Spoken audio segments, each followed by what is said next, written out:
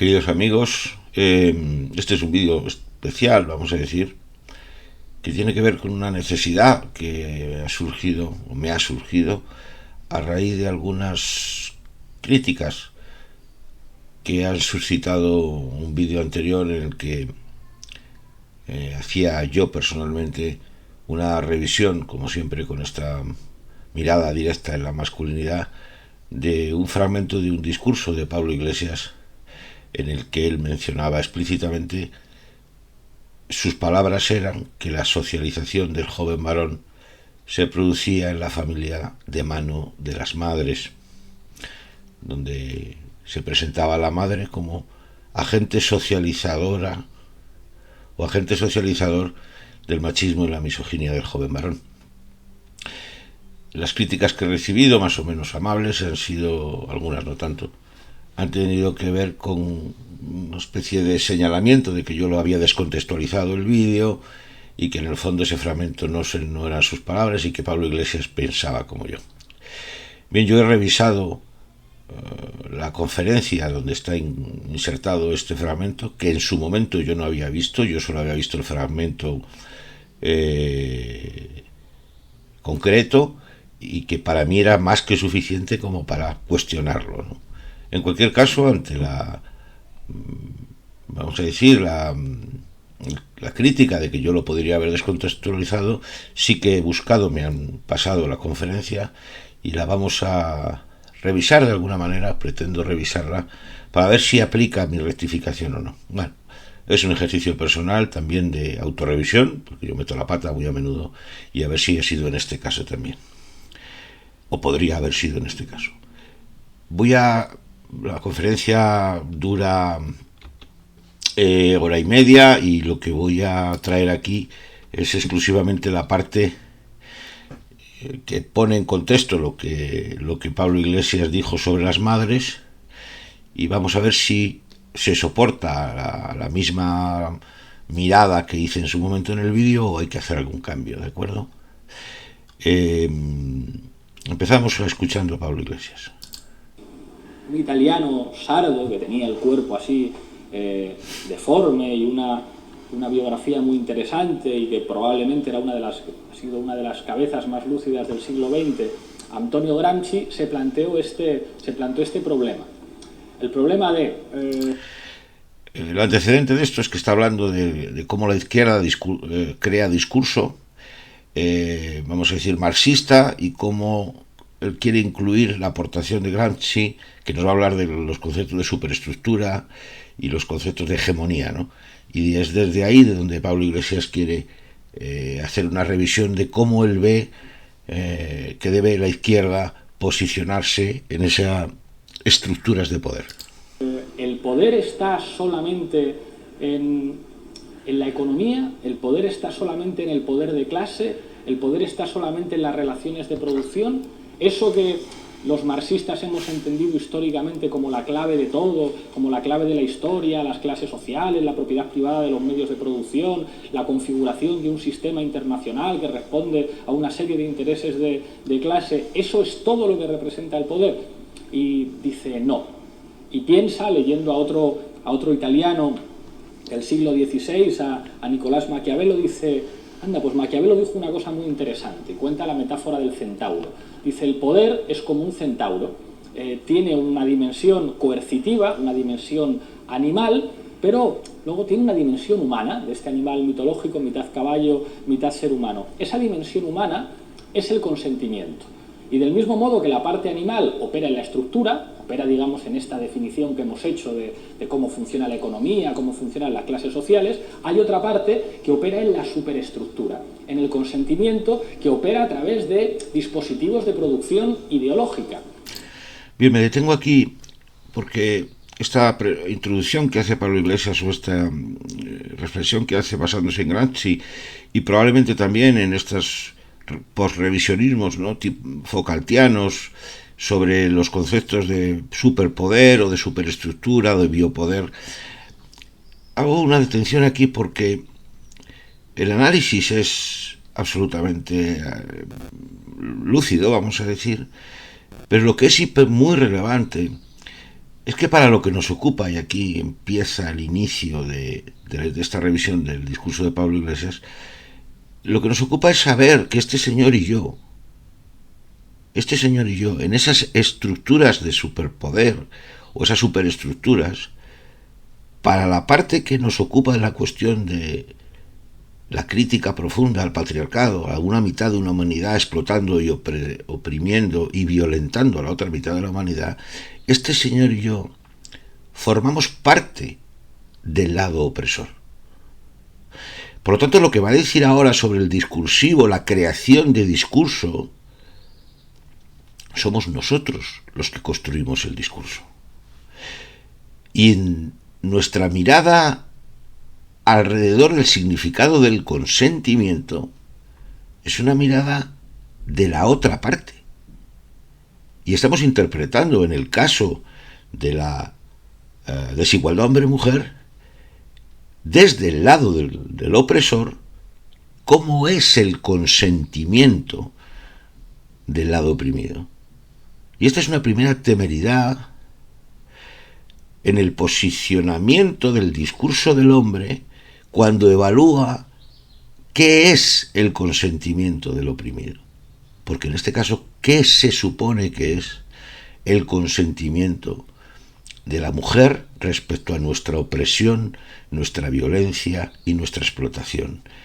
Primer aviso de que todo lo que está diciendo Pablo Iglesias y lo que estoy diciendo yo, lo estamos diciendo en la superestructura desde el lado del opresor.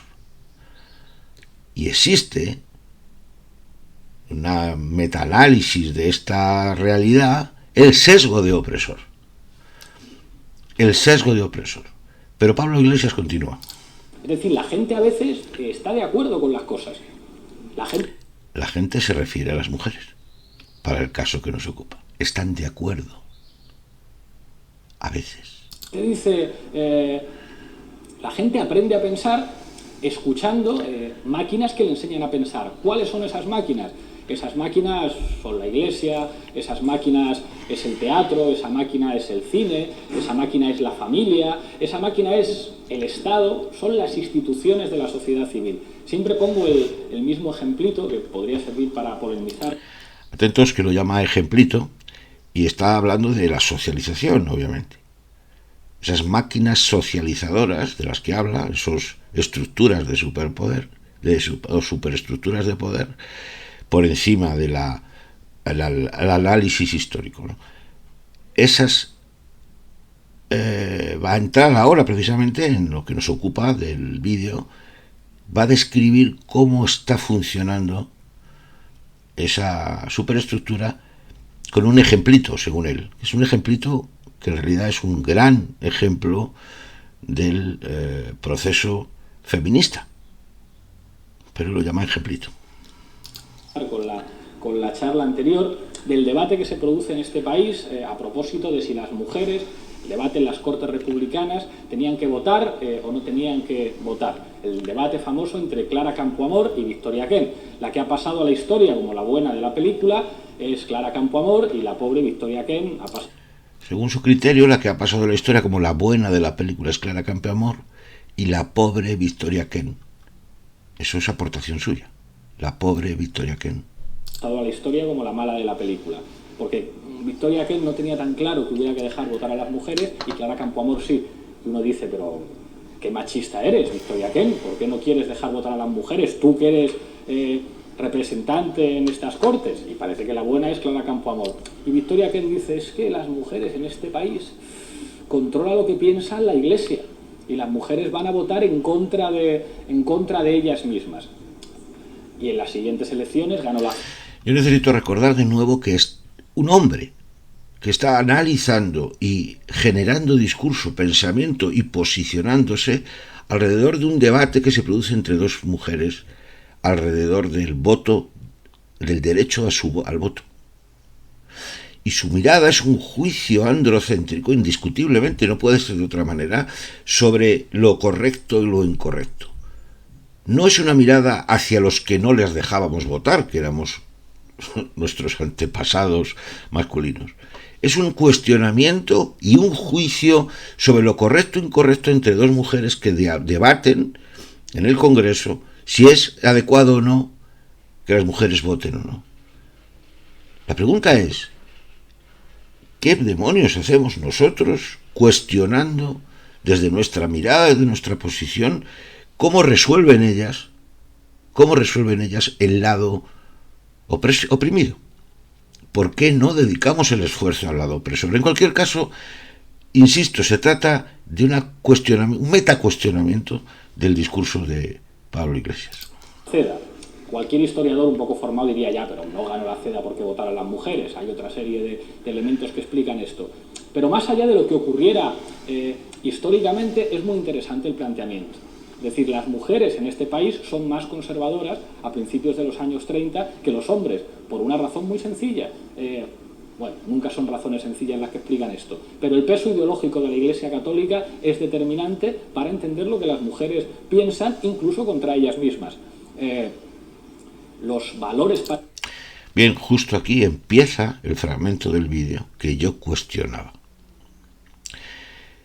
El contexto ya lo habéis visto. Habla está intentando apelar al comportamiento del discursivo, de la generación de discurso normativo, desde las superestructuras. Pero lo que viene ahora es su cosecha, porque precisamente está dentro del discurso normativo, él lo hace suyo como hombre y lo expresa así. Esto no es que lo esté referenciando. Lo que ahora dice Pablo Iglesias sobre el proceso socializador de los jóvenes varones es su cosecha, es decir, es la retransmisión del discurso normativo patriarcal masculino que culpa a las mujeres de la socialización de los jóvenes varones. Escuchémosle. Patriarcales y machistas se aprenden en la familia, y quienes tienen de alguna manera atribuido el rol de la reproducción social, el rol de lo privado, son las mujeres.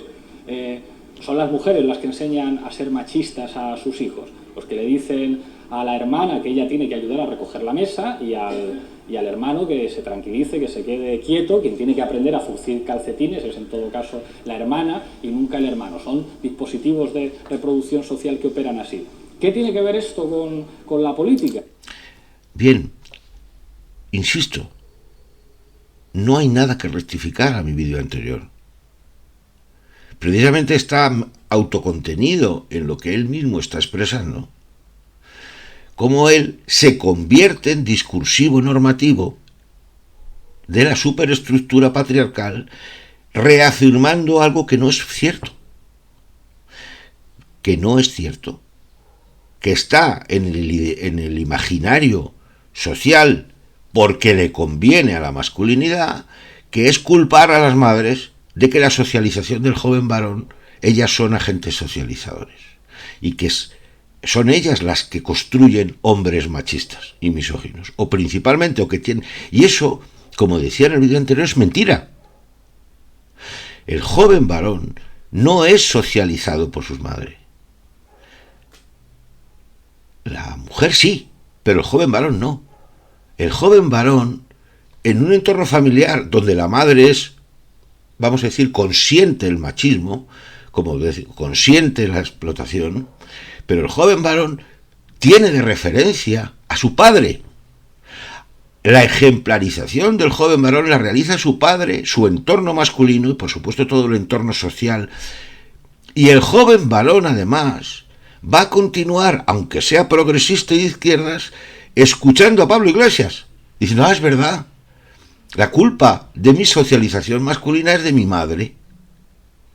Pero es que eso es mentira, eso es discurso normativo masculino, aunque sea progresista. Y es verdad que está en el imaginario de que parece que es muy importante, que todo lo que hemos aprendido de los roles del hogar, lo hemos aprendido de nuestra madre. Y lo metemos en el contexto del consentimiento y de cómo se transmite ese consentimiento o esa estructura. Pero podemos alguna vez mirarnos a los hombres y entender que los grandes agentes de la desigualdad somos los hombres. Que nosotros somos los que nos transmitimos unos a otros en el proceso imitativo referencial, ¿qué es ser masculino? ¿Dónde aprendí yo a ser masculino? ¿De mi madre? Estoy aprendiendo a ser masculino de ti, Pablo Iglesias, en este momento. A estas alturas no nos damos cuenta de que el estar en el lado opresor, tenemos sesgo de opresor y no queremos ser responsables de nuestras propias conductas, discursos, etc. Porque si no nos explica que de esta socialización masculina hegemónica o diversa acaben saliendo barbaridades como los puteros, como los violadores o como los hombres que creen que tienen derecho a alquilar el vientre de una mujer porque quieren ser padres. Eso no nos lo enseñan nuestras madres. Eso lo enseña nuestros referentes masculinos en un proceso de imitativo que crea un discurso, un superdiscurso, una superestructura patriarcal donde se acomoda después la propia creatividad de cada uno. Ah, qué buena idea, parece adecuado ser putero y comprarme el cuerpo de una mujer a cambio de dinero. Y esto, como está de acuerdo mi madre nunca estuvo de acuerdo con eso. Tenemos que reflexionar sobre cuando nos aproximamos los hombres al discurso, al análisis de relación hombre-mujer por el amor de la diosa, dejemos de mirarlas a ellas, de señalarlas.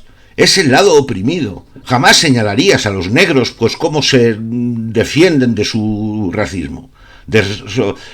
Jamás las culparías. Estarías hablando de lo que tenemos que hacer los blancos para dejar de tener conductas racistas. Pues lo mismo ocurre con el machismo y la misoginia. Dejemos de mirarlas a ellas, ni siquiera en las bonitas conferencias, alrededor de que yo voy a analizar por qué existe el consentimiento de las mujeres. Pregúntate, Pablo, que tú mismo y yo mismo estamos construyendo discursivo que construye más masculinidad, que construye más superestructura patriarcal, o al revés, estamos desmontando las mentiras tierraplanistas que dicen que los hombres somos superiores, podemos analizar. No, nosotros no podemos decir ni esta boca es mía del lado oprimido, explotado y violentado de la sociedad a la que pertenecemos. Pues bueno, Gramsci llega a la conclusión de que la batalla no solamente se puede dar en el plano de la estructura, sino hay que darla también en el plano de la superestructura. Y darlo en el plano de las estructuras, de la superestructura, en el plano de la familia, en el plano de la sociedad civil, en el plano de la producción cultural, significa operar con códigos que son los códigos que llama hegemónicos, que son los códigos del enemigo. Tú no te puedes... Bien, querido Pablo, vamos a acabar aquí el relato, porque ya está contextualizado. A partir de aquí va a hablar más de política. Si queréis, luego ahí arriba veis cómo se llama la conferencia. Querido Pablo, acabas de decir la frase mágica: hay que usar los códigos del enemigo. Pero en el caso del supremacismo masculino, tú y yo no tenemos enemigos. Es nuestro propio código, nosotros somos los explotadores, los opresores. No, en esto estamos arriba. No somos oprimidos. No hay ningún código que nosotros podemos usar para liberarnos. Nosotros no nos tenemos que liberar de nada. Este es el ejercicio que no haces, Pablo, en esa confusión de saber que el lado que nos ocupa, nuestra palabra, se pronuncia y se dice desde el lado opresor. Mirad, no sé si ha servido para algo este análisis, que yo no tengo nada contra Pablo Iglesias, obviamente. Por este canal, humilde canal de YouTube, han pasado muchos hombres para revisar sus conductas y sus discursos. Por supuesto Abascal, por supuesto Pablo Casado, por supuesto Bertín Osborne, pero hasta Galeano. Han pasado muchos hombres, unos de izquierdas, otros de derechas, otros conservadores, unos hegemónicos, otros diversos. porque el asunto aquí está, y volviendo, utilizando el misma paradigma de la superestructura, es que la masculinidad, que pretende ser cuestionada o complejizada en estos vídeos y en esta labor divulgativa, es un universalismo supremacista de hostilidad contra las mujeres. Y nosotros pertenecemos a él. El discurso no puede ser el mismo de cuando estamos en el lado de la clase obrera o del lado de la clase o del lado, vamos a decir, discriminado por homofobia, porque nosotros estamos en el lado opresor, explotador y violento contra la otra mitad de la humanidad. Por lo tanto, nuestro discurso puede sumar superestructura, como hace el caso de Pablo Iglesias, aunque solo sea en ese trocito, señalando a las mujeres que es falso, o desmontar superestructura. Y para eso solo debemos mirarnos entre los tíos y cuestionarnos con qué agenda. No nos pongamos creativos. La agenda es la del lado oprimido, en particular, en mi caso, la agenda feminista, radical, abolicionista. Son las herramientas que toca llevar a la masculinidad para hacer una voladura controlada, un desarmado profundo para su abolición junto con el género. Insisto, nada contra la izquierda, nada contra la progresía per se, sí y mucho en esta labor de desarmado de la masculinidad. Espero que haya sido útil este vídeo un tanto largo. Justo Fernández López.